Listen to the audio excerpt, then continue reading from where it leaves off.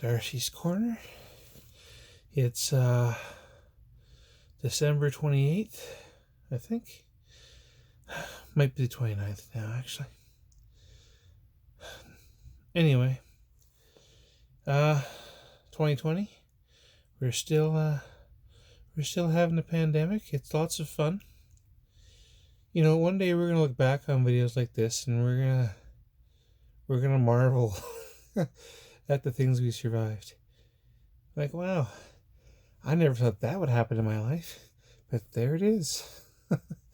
you know, who among us thought we would be surviving a pandemic? Ever?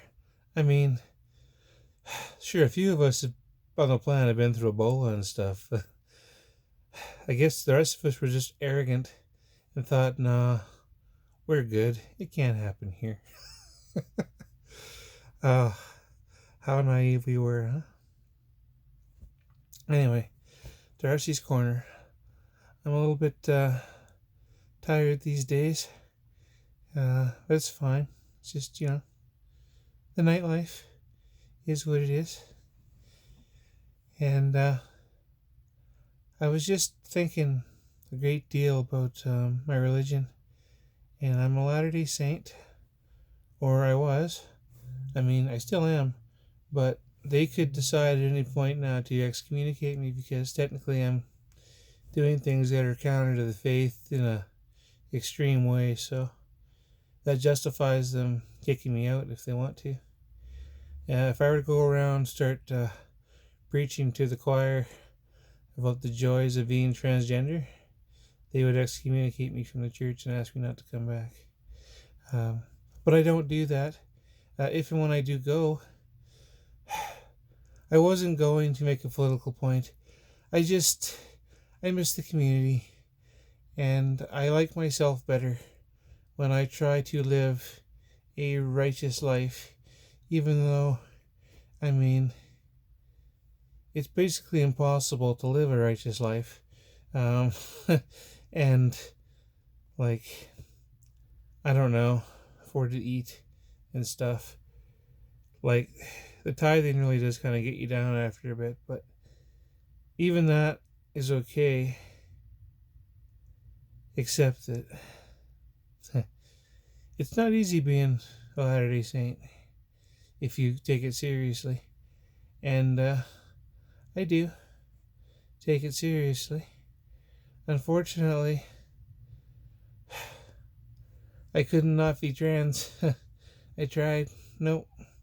Wasn't going to work. So, when I came to that conclusion that it wasn't going to work, I had a decision to make.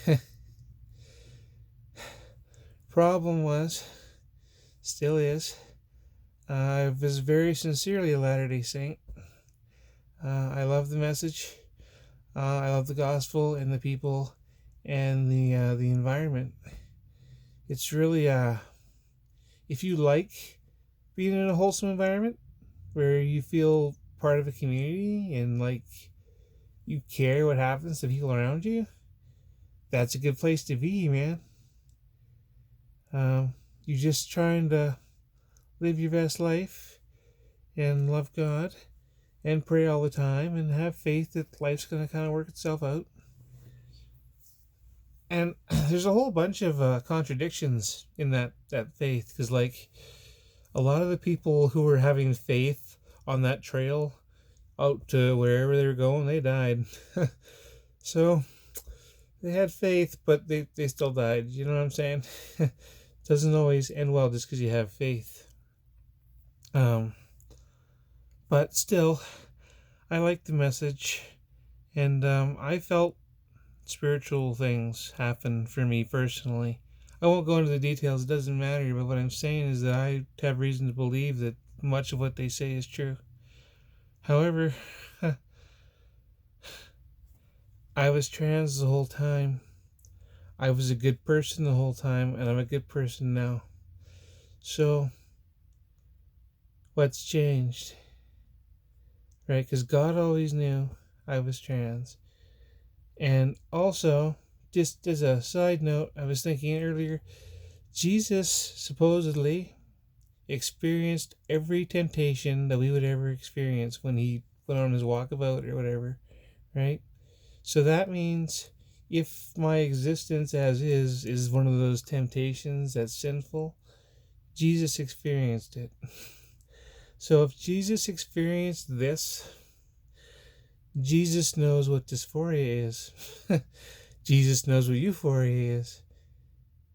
So that means that Jesus, based on your definition of who and what he is, experienced all this stuff and knows what it is and how it feels. That means Jesus can relate to me very well. That's okay. That's great because he's my brother. You probably didn't know that. That's true. Now, he's your brother too. So, like, whatever. But more importantly is that he's my brother. And so, um, what I'm saying is, my brother Jesus always knew I was transgender too. So, I'm not worried. We're tight. Anyway, that's all I got for tonight. As you can tell, I'm a little goofy. Darcy's Corner out.